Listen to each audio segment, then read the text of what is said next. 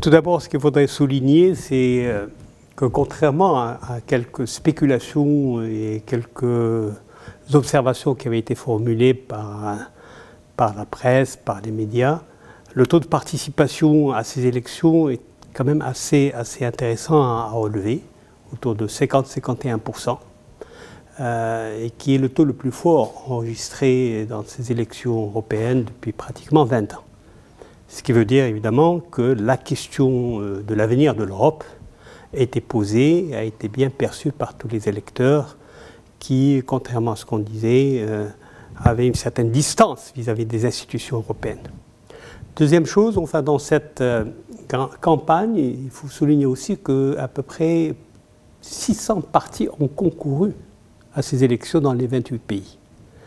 C'est vrai que le résultat donne lieu à des alliances aujourd'hui, soit des alliances entre les partis et les familles politiques traditionnelles, soit, comme vous le soulignez, la montée forte des courants populistes dans l'échiquier des institutions européennes. Ça, c'est la principale, disons, tendance à relever. Avec évidemment aussi la montée, on n'a pas suffisamment mis l'accent là-dessus, des partis qui représentent le courant de l'environnement, les partis verts, aussi bien en France qu'en Allemagne, que dans d'autres pays enfin, de l'Europe du Nord. Qu'est-ce qu'on peut dégager enfin, de ces résultats? On peut dégager enfin, la chose suivante, c'est que le condominium politique qui gouvernait l'Europe depuis sa naissance, ce condominium s'exprimait dans la relation d'alliance politique entre les courants sociodémocrates et démocrates et les conservateurs, a perdu évidemment enfin, la majorité. Et donc, évidemment, il faudrait recomposer le champ politique, ou le champ politique s'est recomposé, il faudrait donc redéfinir la répartition des pouvoirs à l'intérieur des institutions. Dans le schéma ancien qui prévalait, ce condominium avait une règle tacite qui gouvernait la répartition des pouvoirs au sein des institutions entre ces partis. C'est-à-dire que les sociodémocrates et les conservateurs se mettaient d'accord sur le fait que le parti majoritaire devait prendre, je dirais, la direction enfin, de l'Union européenne, aussi bien au niveau enfin, du Parlement qu'au niveau de la Commission, avec évidemment une répartition des sièges sur les commissions émanant à la fois du Parlement et en même temps définissant enfin, la configuration de la Commission européenne. Aujourd'hui, il va falloir prendre en considération cet aspect-là. Et à la suite de ces résultats, nous aurons ces 3 mois prochains un débat et des négociations importantes qui vont se dérouler entre les différentes composantes, et notamment les grandes familles conservatrices, la famille des souverainistes, famille politique et des sociodémocrates, la gauche libérale, le mouvement vert, sur une répartition des pouvoirs et des positions à l'intérieur des institutions européennes. Maintenant, il faut considérer la chose suivante. On n'est pas dans une logique où le raz-de-marée qui était attendu enfin, des souverainistes a eu lieu. Dans beaucoup de pays, les sociodémocrates sont arrivés en tête. Je parle de Portugal, je parle enfin, de l'Espagne, je parle de Malte, je parle de la Suède, du Danemark et d'autres pays. Dans les pays où les conservateurs classiques traditionnels se sont maintenus, c'est un peu l'Allemagne, la Roumanie et d'autres pays. Il y a une montée du souverainisme qui était déjà l'expression des élections nationales, en quelque part. À la fois en Italie, en Pologne, notamment en Autriche. Et donc, en fait, il y a un paysage politique qui change. J'ajouterai enfin, une chose fondamentale. Dans la négociation enfin, sur la répartition des pouvoirs et des sièges au sein de la Commission, pour la direction évidemment enfin, de la Commission européenne, il faut relever que les souverainistes ont mis de l'eau dans leur moulin, dans le discours politique. Ils ne sont plus aujourd'hui dans une logique de rupture avec l'Europe. Ils sont dans une logique de transformation de l'Europe. Qu'est-ce qu'ils entendent par transformation? C'est tout simplement renationaliser les politiques européennes. Prendre du pouvoir qui a été donné à Bruxelles et le remettre et le redéfinir au profit enfin, des États-nations. C'est un défi extrêmement important, mais en même temps qui va certainement rencontrer non seulement des résistances, parce que le courant européen, pan-européen, ne va pas accepter enfin, cette évolution comme une autre. Donc par conséquent, le jeu étant ouvert, cela est certain, mais il n'est pas fondamentalement un bouleversement important de l'échiquier politique. C'est vrai que le Parlement aujourd'hui a des pouvoirs très importants en Europe par rapport à avant 1979 ou avant surtout enfin, le traité de Lisbonne. C'est une institution qui aujourd'hui fonctionne beaucoup dans l'inter-institutionnel avec la Commission et avec le Conseil politique. C'est une institution qui a plus de pouvoir dans la codécision sur la production et sur le vote et sur l'élaboration de la législation et des normes, notamment sur la politique extérieure. C'est une institution qui est beaucoup plus transparente dans son discours, dans ses mécanismes de prise de décision que ne l'est peut-être la Commission ou le Conseil politique, même si elle fonctionne sur les questions stratégiques dans le cadre de trilogue, dans le cadre d'une discussion, je dirais, fermée avec la Commission ou avec le Conseil politique. Donc le Parlement a un pouvoir, et ce pouvoir s'exprime aussi sur les questions des relations extérieures, plus fondamentalement. Peut-être pas sur la question de l'immigration, qui reste aujourd'hui, même s'il y a Schengen, qui reste aussi de l'apanage enfin, des États-nations. Et donc il faut s'attendre à ce que la vision enfin, des populistes puisse imprégner, mais sans qu'elle imprègne outre mesure, la politique étrangère européenne, et notamment sa politique de coopération.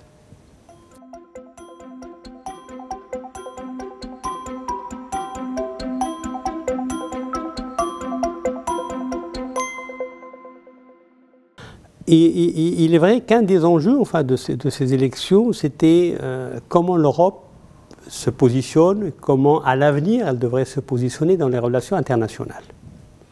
Cette question va au-delà enfin, du partenariat qu'a l'Europe avec des pays du Sud. C'est aujourd'hui comment l'Europe, qui est un nain politique, un géant économique, mais un nain politique, et un nain diplomatique, même si depuis quelque temps, évidemment, l'Europe s'est dotée d'une représentation de sa politique étrangère personnifiée en la personne d'un représentant enfin, de politique étrangère, l'Europe est aujourd'hui bousculée dans la scène politique internationale. Elle est bousculée par la montée de la Chine, par ses aspects du commerce et économique. Elle est bousculée dans ses rapports transatlantiques, avec évidemment le Trumpisme et sa nouvelle vision enfin, du monde. Elle est bousculée sous pression enfin, de la Russie qui veut reconquérir plus de poids et d'influence au sein de l'Europe par des méthodes enfin, différentes. Elle est bousculée aussi par le fait du Brexit, de la sortie enfin, de l'Angleterre. Donc cette question enfin, de la dimension enfin, de l'Europe dans l'arène internationale ou dans la scène internationale est un enjeu fondamental.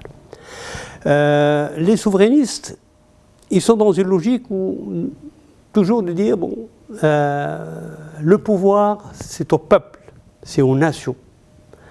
Même dans les dimensions où l'Europe a pu se positionner au niveau des relations internationales et être porte-parole d'un collectif, aujourd'hui, il faut revenir enfin là-dessus, mais avec cette remarque fondamentale qu'au sein des souverainistes et de la droite, les visions ne sont pas du tout les mêmes sur les questions des relations internationales, notamment avec les grands, que ce soit avec les États-Unis, que ce soit avec la Russie. Aujourd'hui, l'Italie est très proche sur l'ouverture et le modèle de la Russie et de Poutine, pour elle, enfin une forme de référence de l'organisation à la fois politique et de la façon enfin, dont le leadership doit s'exprimer. Les Polonais n'entendent pas ça du même oreille. L'Autriche est d'une situation plutôt ouverte sur l'Est, tout en étant prudente aussi sur ses rapports avec la Russie. Voilà un des exemples enfin, qu'il faudrait souligner. De la même manière, enfin, sur la question de la Chine, regardez comment l'Italie a essayé de négocier une forme de partenariat avec la Chine dans le cadre de la route de la soie, au détriment de la vie et des positions des autres partenaires. Donc, et les questions peuvent être multipliées. Sur les questions de sécurité, n'en parlons pas aussi. Il n'y a pas la même vision de la politique de sécurité et de défense entre les sociodémocrates et conservateurs d'un côté et les souverainistes de l'autre. Parce que sur cette question-là se pose évidemment quelle attitude avoir avec l'OTAN. et comment les États-Unis voient le fonctionnement de l'OTAN et la contribution de l'Europe à la défense, etc. Donc c'est un enjeu fondamental qui n'est pas près de trouver une solution, ou en tout cas d'aller vers une vision homogène et cohérente. J'ajouterai à cela que les souverainistes ont tendance à transposer au niveau des champs des relations internationales leur vision de la relation au sein de l'Europe, c'est-à-dire le peuple est souverain, donc par conséquent les États doivent se déterminer sur les politiques extérieures. La politique extérieure est une question de souveraineté et ce n'est pas une question de compromis ou de concession ou de négociation. J'ajouterai à cela que certainement, sur des aspects qui nous concernent, nous, en tant que pays du Sud, il va y avoir des clivages assez importants. Le premier clivage qui s'est déjà manifesté depuis quelque temps, c'est sur la question de l'immigration. Avec ses prolongements en termes de politique intérieure à l'Europe. La question de l'immigration n'est pas seulement une question de frontières extérieures de l'Europe, aujourd'hui elle devient aussi une question de frontières internes à l'Europe. Comment éviter justement que l'immigration ne soit la liberté de circulation de migrants qui soient légaux ou illégaux, d'une certaine manière. Et comment traiter l'immigration, d'une certaine manière, en responsabilisant et en repositionnant le traitement de cette question dans les pays du Sud, accompagné évidemment avec une aide financière, mais que le Sud puisse être le véritable gendarme protecteur de la forteresse européenne. Je vais très court, mais c'est autour de ce schéma qui en fait exprime une certaine réalité. De la même manière, sur les questions de partenariat, l'aide n'est pas perçue, n'est pas conçue de la même manière dans la vision politique des souverainistes et des sociodémocrates libéraux. Les souverainistes sont dans une logique de dire le budget européen doit bénéficier aux nations et aux sociétés européennes. Donc réduire l'aide. Et si nous devons concevoir l'aide, il faut qu'elle soit conçue essentiellement en fonction des intérêts européens, c'est-à-dire qu'elle soit dirigée pour être un instrument, encore une fois, de contrôle de l'immigration, un instrument de stabilité des pays du Sud pour éviter que la sécurité collective européenne ne soit remise en question par des flux migrants ou des flux de trafic ou autres.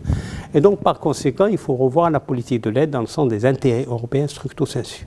Donc, sur ces deux volets, de l'immigration et de l'aide, c'est là peut-être où le clivage entre aujourd'hui les souverainistes et les sociodémocrates et conservateurs va être certainement plus prononcé qu'hier, d'une certaine manière.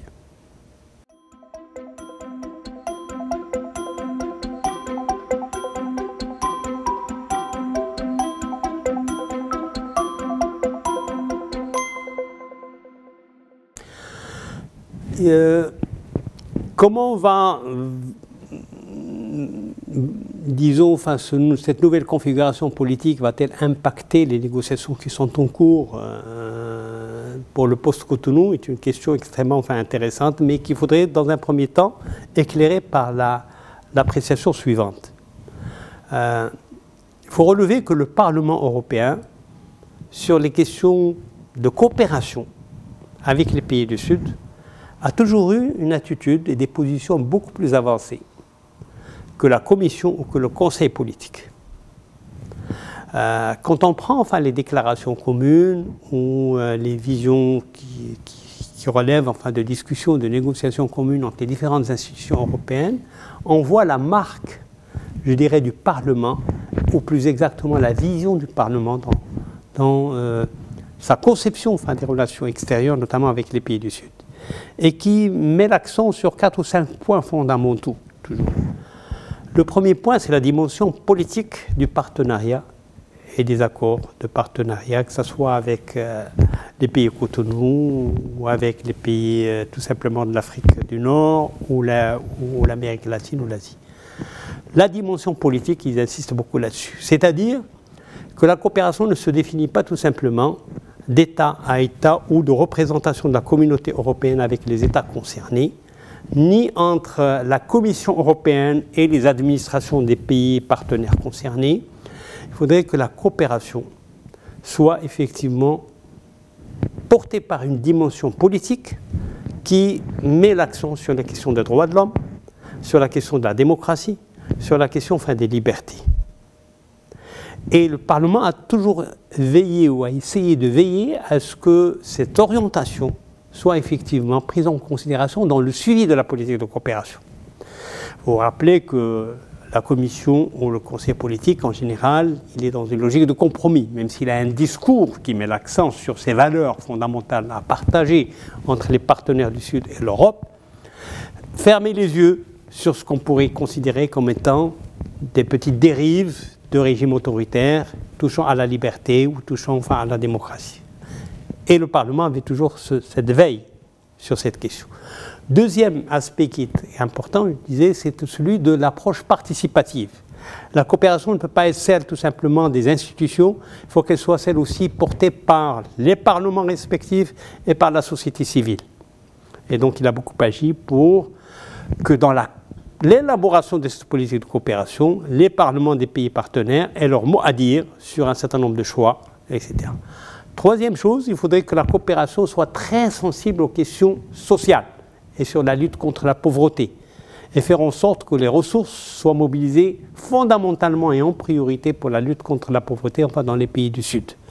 Quatrièmement, sur les aspects commerciaux, les négociations qui sont en cours, les APE notamment, les accords de partenariat européen avec l'Afrique subsaharienne, les accords d'intégration renforcés avec les pays d'Afrique du Nord, doivent prendre en considération quand même s'ils sont dans une logique où il faut dépasser l'approche tout simplement de l'aide, de l'assistanat, ou aller vers une asymétrie quand même enfin, de ces négociations commerciales, accepter que les démantèlements commerciaux ne soient pas au même rythme, accepter ici évidemment d'appuyer une réforme des politiques d'offres dans ces pays, notamment enfin, des politiques industrielles ou des politiques agricoles pour permettre justement à ce que l'ouverture économique de ces pays sur le marché unifié et l'ouverture des marchés des pays du Sud vis-à-vis de l'Europe ne soit pas déstabilisatrice de ce tissu productif, plutôt contribuer à la consolidation de ces systèmes productifs dans ces pays. Donc vous avez quand même une vision qui est réaffirmée souvent enfin, par le Parlement autour de ces grands axes et sur lesquels évidemment, enfin, aujourd'hui, même dans le suivi des accords Cotonou, le Parlement européen a produit un certain nombre de rapports insistant enfin, sur ces données. Maintenant, est-ce que la configuration politique nouvelle va modifier enfin, je ne pense pas, fondamentalement. C'est la mise en œuvre qui va être certainement suivie, peut-être, de négociations, de compromis, de priorités. Et comme je le disais, comme le paysage politique européen, même s'il a subi un bouleversement, pas un bouleversement, mais disons enfin une reconfiguration, il n'est pas fondamentalement entre les mains et entre les pouvoirs de décision des souverainistes.